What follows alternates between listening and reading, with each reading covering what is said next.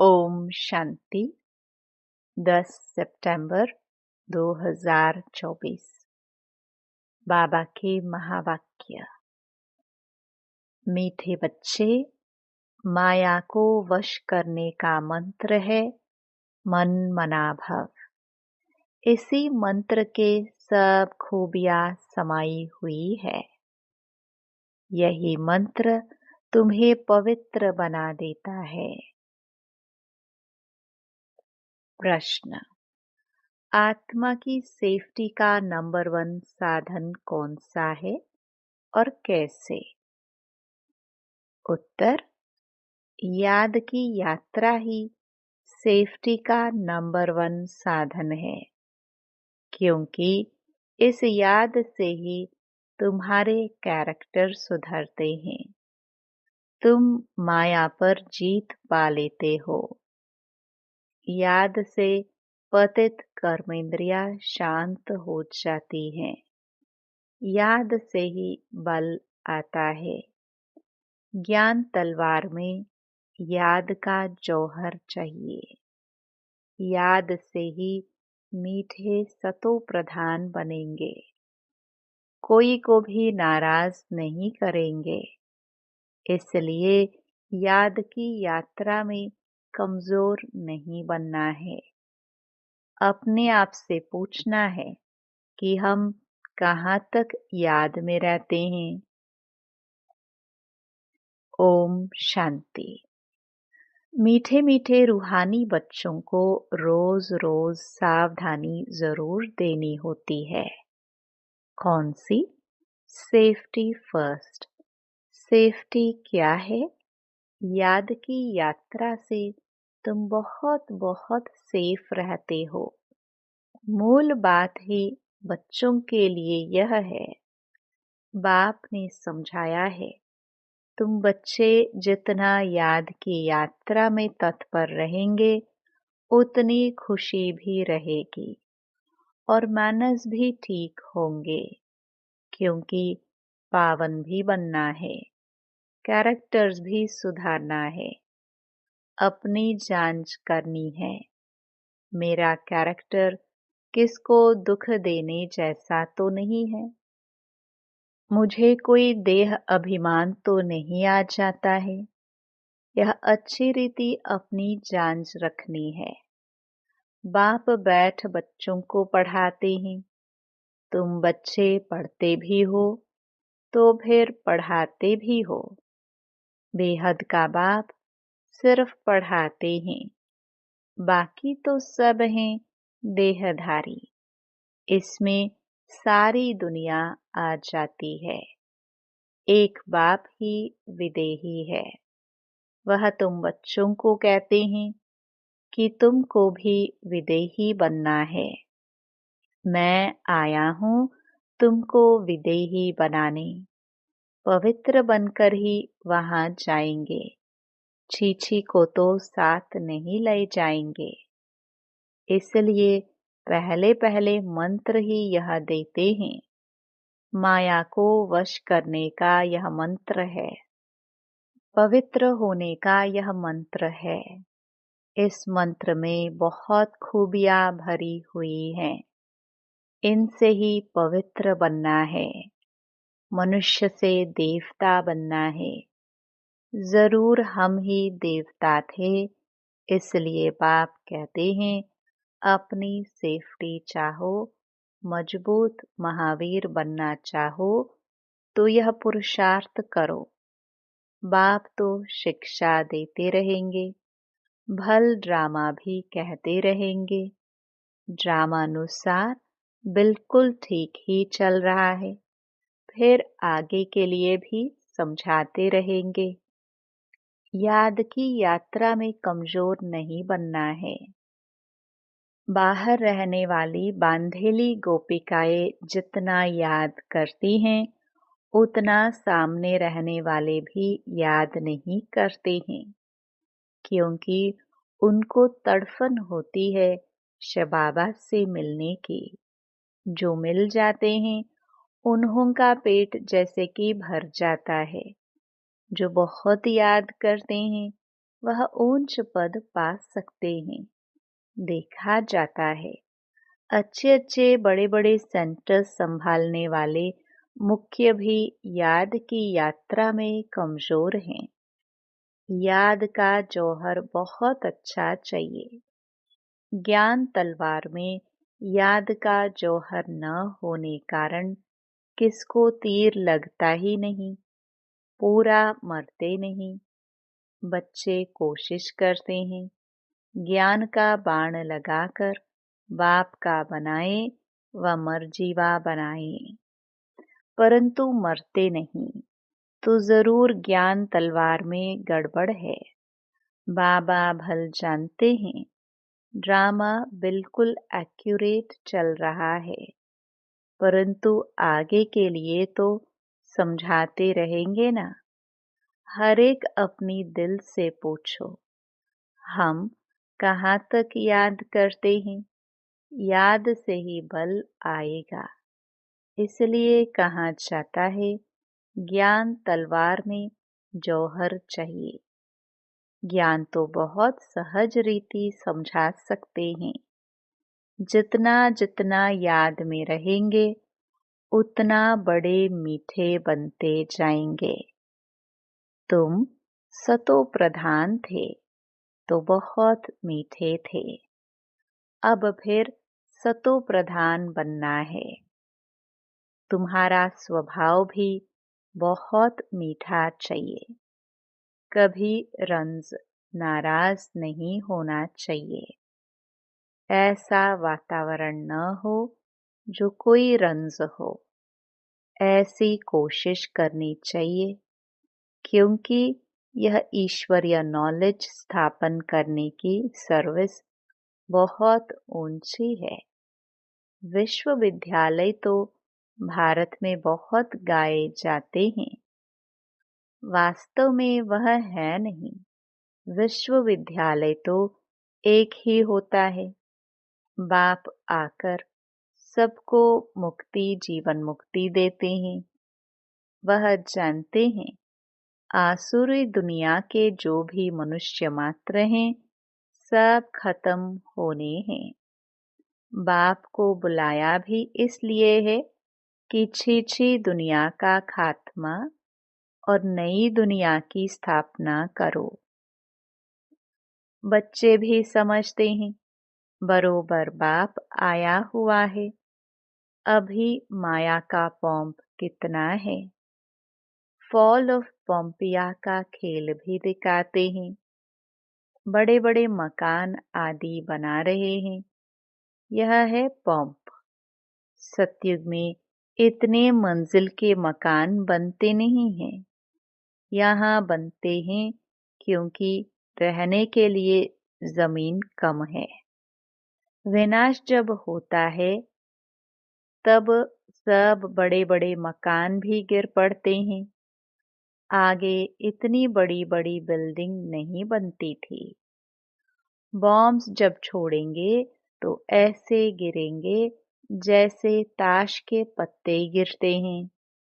इसका मतलब यह नहीं कि वही मरेंगे बाकी दूसरे रह जाएंगे।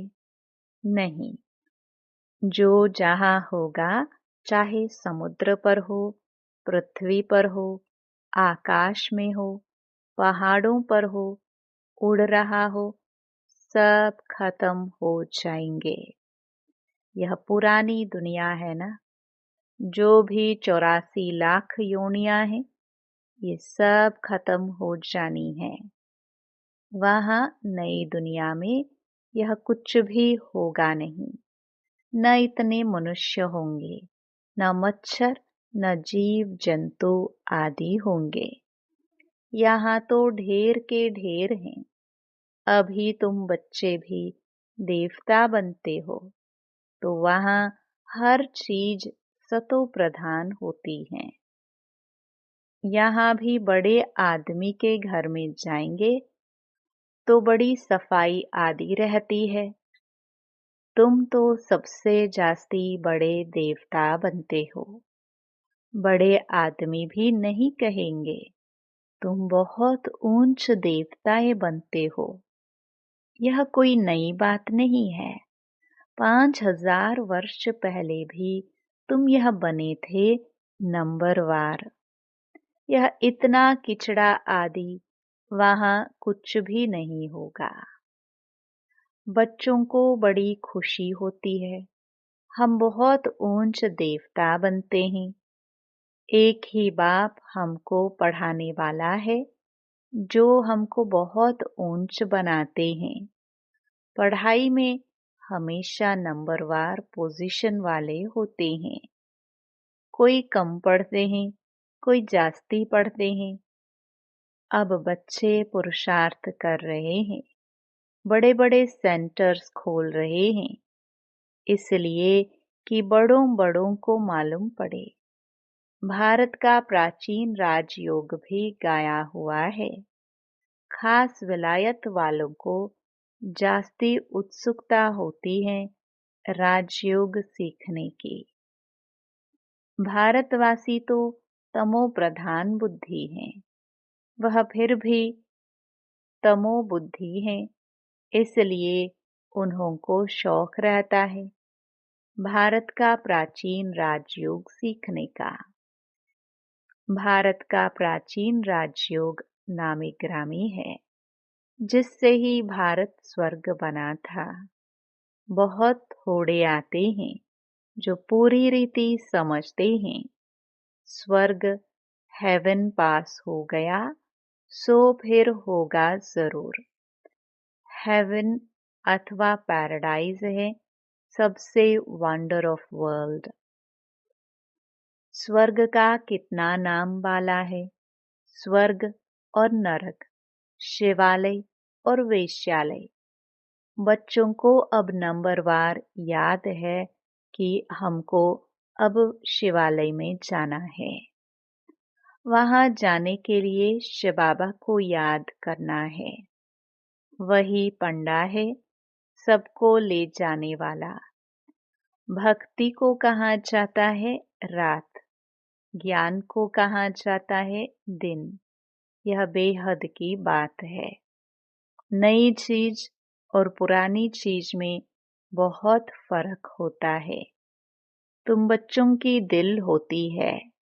इतनी ऊंच ते ऊंच पढ़ाई, ऊंचे ते ऊंचे मकान में हम पढ़ाए तो बड़े बड़े लोग आएंगे। एक एक को बैठ समझाना पड़ता है।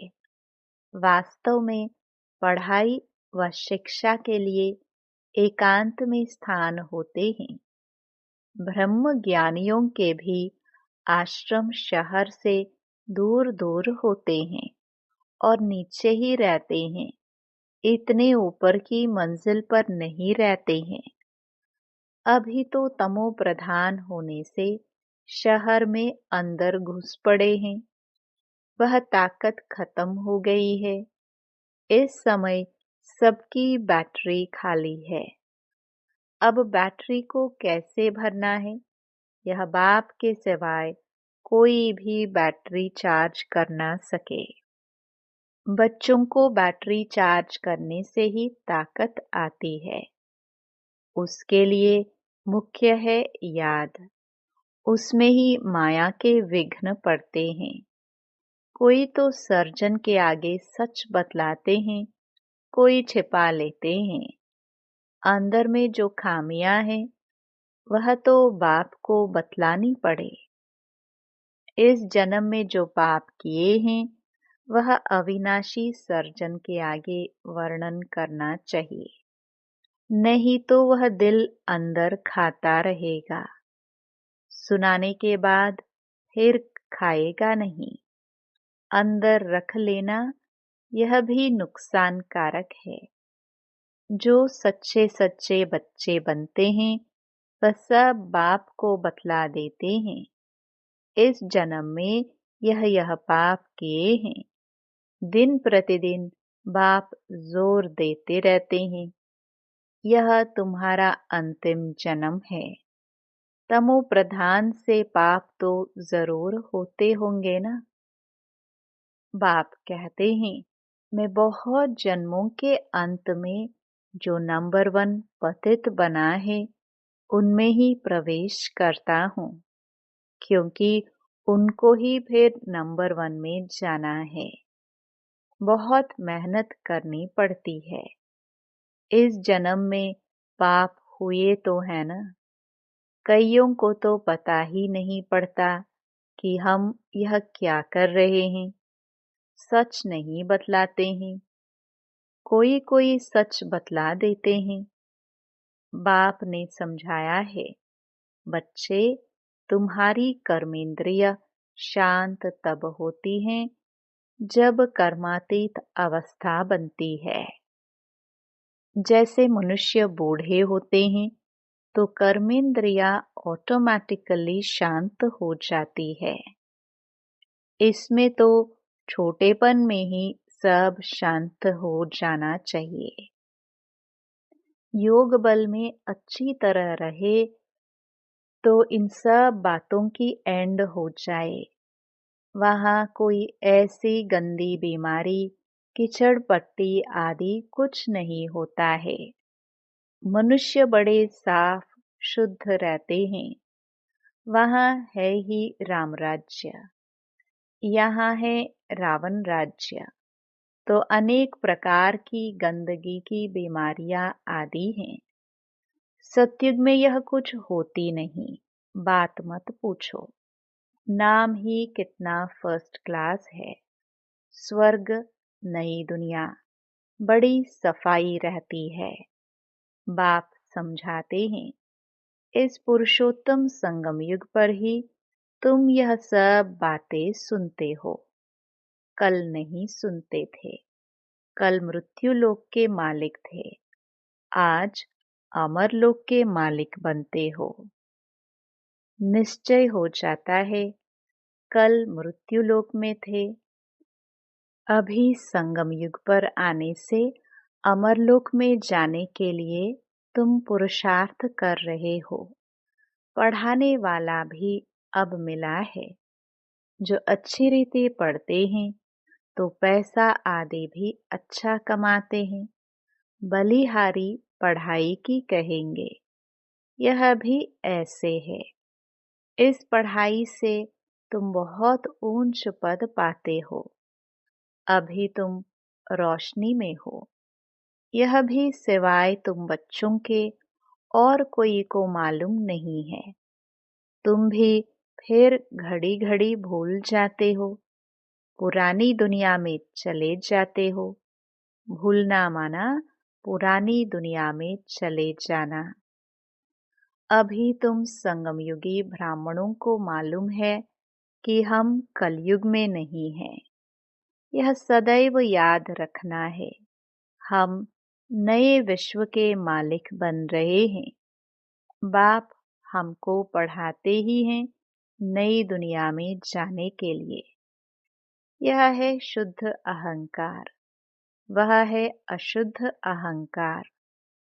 तुम बच्चों को तो कभी अशुद्ध ख्यालात भी नहीं आने चाहिए।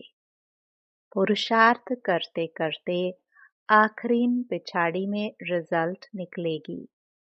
बाप समझाते हैं, इस समय तक सब पुरुषार्थी हैं। इम्तिहान जब पास होता है तो नंबरवार पास हो, फिर ट्रांसफर हो जाते हैं। तुम्हारी है बेहद की पढ़ाई, जिसको सिर्फ तुम ही जानते हो। तुम कितना समझाते हो। नए नए आते रहते हैं बेहद के बाप से वर्षा पाने के लिए। भल दूर रहते हैं, फिर भी सुनते सुनते निश्चय बुद्धि हो जाते हैं। ऐसे बाबा के सम्मुख भी जाना चाहिए। जिस बाप ने बच्चों को पढ़ाया है, ऐसे बाप से सम्मुख तो जरूर मिलना चाहिए। समझ कर ही यहाँ आते हैं। कोई नहीं समझे हुए हैं तो भी यहाँ आने से समझ जाते हैं। बाप कहते हैं, दिल में कोई भी बात हो, समझ में नहीं आती हो तो भल पूछो। बाप तो चुंबक है ना। जिसकी तकदीर में है वह अच्छी रीति पकड़ सकते हैं। तकदीर में नहीं है तो फिर खलास, सुना अनसुना कर देते हैं। यहाँ कौन बैठ पढ़ाते हैं? भगवान। उनका नाम है शिव। शिव बाबा ही हमको स्वर्ग की बादशाही देते हैं। फिर कौन सी पढ़ाई अच्छी? तुम कहेंगे हमको शिव बाबा पढ़ाते हैं जिससे 21 जन्मों की बादशाही मिलती है। ऐसे ऐसे समझाते समझाते ले जाते हैं। कोई तो पूरा न समझने कारण इतनी सर्विस नहीं कर सकते हैं। बंधन की जंजीरों में जकड़े रहते हैं। शुरू में तो तुम कैसे अपने को जंजीरों से छुड़ाकर आए, जैसे कोई मस्ताने होते हैं।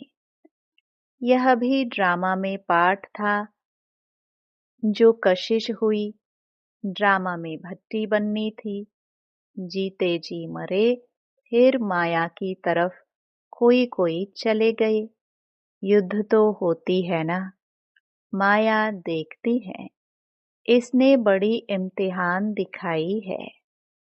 अब हम भी ठोक कर देखते हैं कि पक्के हैं व नहीं। बच्चों की कितनी संभाल होती थी, सब कुछ सिखलाते थे। तुम बच्चे एल्बम आदि देखते हो, लेकिन सिर्फ चित्र देखने से भी समझ ना सके। कोई बैठ समझाए कि क्या क्या होता था, कैसे भट्ठी में पड़े थे, फिर कोई कैसे निकले, कोई कैसे। जैसे रुपए छपते हैं तो भी कोई कोई खराब हो पड़ते हैं। यह भी ईश्वरीय मिशनरी है। ईश्वर बैठ धर्म की स्थापना करते हैं। यह बात किसको भी पता नहीं है। बाप को बुलाते भी हैं, परंतु जैसे तवाई समझते ही नहीं। कहते हैं यह कैसे हो सकता है। माया रावण एकदम ऐसा बना देती है। शिव बाबा की पूजा भी करते हैं, फिर कह देते सर्वव्यापी। शिव बाबा कहते हो, फिर सर्वव्यापी कैसे होगा? पूजा करते हैं, लिंग को शिव कहते हैं। ऐसे थोड़ी कहते कि इसमें शिव बैठा है। अब पत्थर ठिक्कर में भगवान को कहना, तो क्या सब भगवान ही भगवान है? भगवान अनलिमिटेड तो नहीं होंगे ना। तो बाप बच्चों को समझाते हैं, कल्प पहले भी ऐसे समझाया था। अच्छा, मीठे मीठे सिखिलदे बच्चों प्रति मात पिता बाप दादा का याद प्यार और गुड मॉर्निंग। रूहानी बाप की रूहानी बच्चों को नमस्ते। धारणा के लिए मुख्य सार। पहला, ऐसा मीठा वातावरण बनाना है जिसमें कोई भी नाराज न हो। बाप समान विदेही बनने का पुरुषार्थ करना है। याद के बल से अपना स्वभाव मीठा और कर्मेंद्रिया शांत करनी है। दूसरा, सदा इसी नशे में रहना है कि अभी हम संगम युगी हैं, कलयुगी नहीं। बाप हमें नए विश्व का मालिक बनाने के लिए पढ़ा रहे हैं। अशुद्ध ख्यालात समाप्त कर देने हैं। वरदान, अकाल तख्त और दिल तख्त पर बैठ सदा श्रेष्ठ कर्म करने वाले कर्म योगी भव। इस समय आप सभी बच्चों को 2 तख्त मिलते हैं, एक अकाल तख्त, दूसरा दिल तख्त। लेकिन तख्त पर वही बैठता है जिसका राज्य होता है। जब अकाल तख्त नशीन है तो स्वराज्य अधिकारी है, और बाप के दिल तख्त नशीन है तो बाप के वर्षे के अधिकारी हैं, जिसमें राज्य भाग्य सब आ जाता है। कर्म योगी अर्थात दोनों तख्त नशीन। ऐसी तख्त नशीन आत्मा का हर कर्म श्रेष्ठ होता है, क्योंकि सब कर्मेंद्रियां लॉ और ऑर्डर पर रहती है। स्लोगन: जो सदा स्वमान की सीट पर सेट रहते हैं वही गुणवान और महान हैं। ओम शांति।